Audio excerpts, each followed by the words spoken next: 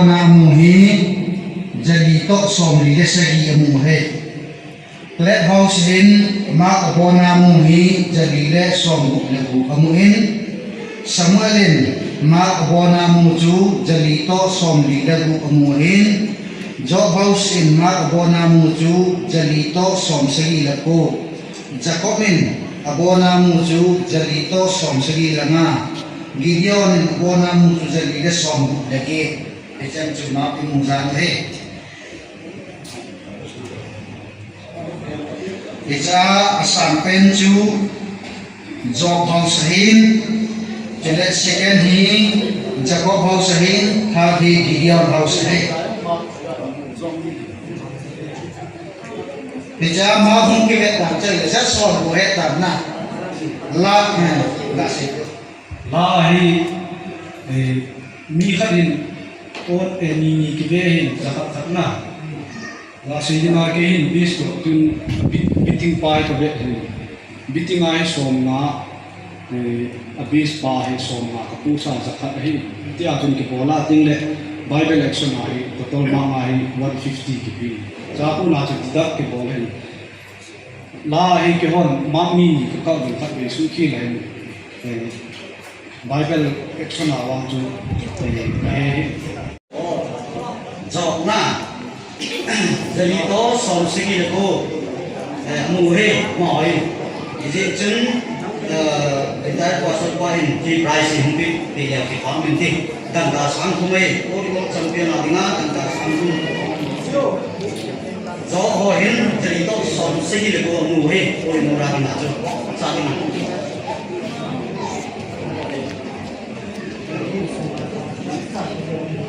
Kami khắp đẹp thế.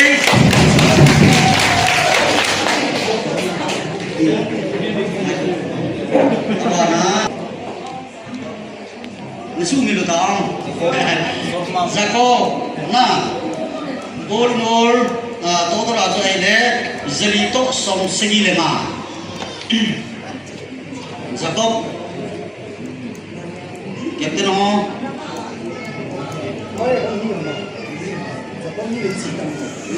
Asumahi dan ka sami he.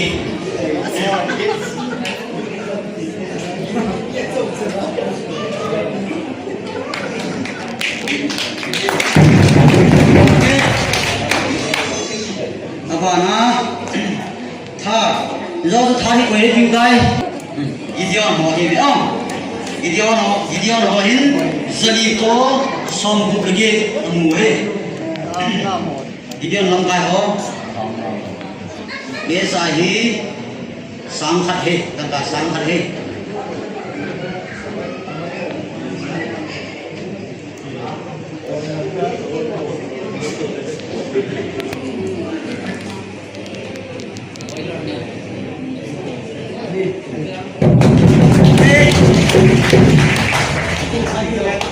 Ini lain. Apa nahi? Midun Joshua Captain pa setiap level ma Captain pa Samuel na nang Samuel na Joshua na para klet Samuel lah kita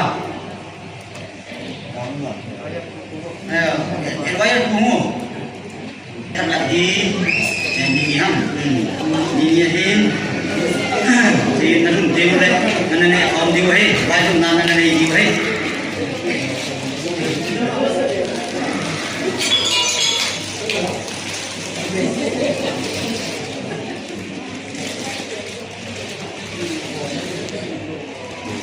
Kipame